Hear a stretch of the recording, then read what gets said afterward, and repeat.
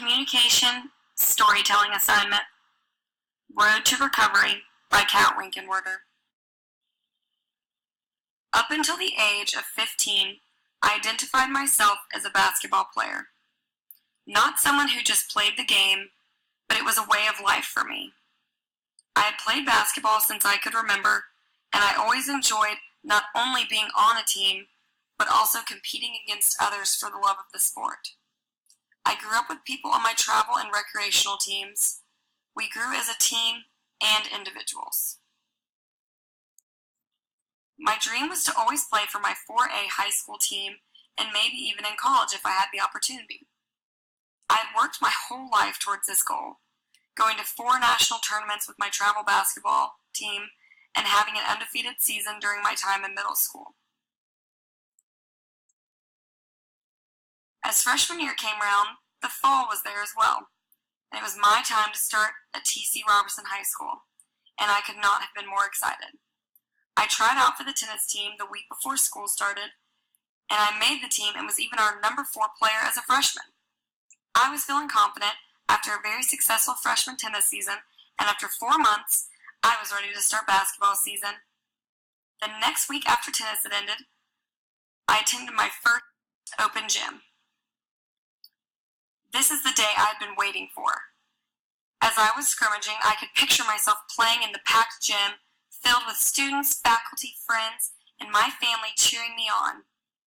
As I was thinking about all the long days and nights I would spend in this gym, I was not prepared for what was about to happen next. I rebounded a ball and headed down the court on a fast break. As I was dribbling, I assessed the court to see who was open. I saw my teammate break for the goal, and I jumped up to throw her the ball for a layup.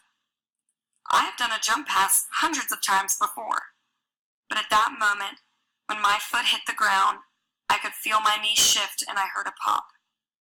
I dropped to the floor crying in pain. I knew something was really wrong. My teammates surrounded me and the coach came out on the court and helped me back into the training room. I had torn my ACL and was out for the season. I was devastated, but I was determined to get through this injury. I had surgery and trained and did physical therapy for months, getting back to top condition. I was faster and stronger than ever and confident in my abilities. I returned to school the next fall. I played a whole season of tennis and did amazing. I made all county in tennis and was feeling unstoppable. As I returned to the gym to start basketball, I was weary. I was ready to finally start basketball season. However, that dream was shattered during the first week of practice when I tore my ACL again my sophomore year, ending my basketball career forever. I cried, my teammates cried, and when my parents found out, they cried. I had spent countless hours devoted to this sport that I love, and it was stripped away from me in 2 foul swoops.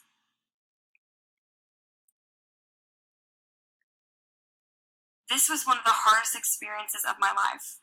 I was no longer Kat the basketball player. I was just Kat.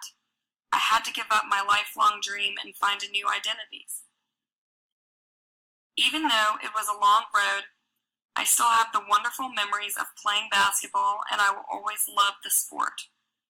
This challenging experience made me stronger than I ever thought I could be, and I overcame an obstacle that made me stronger physically and mentally, and for that I am thankful. Thank you for listening.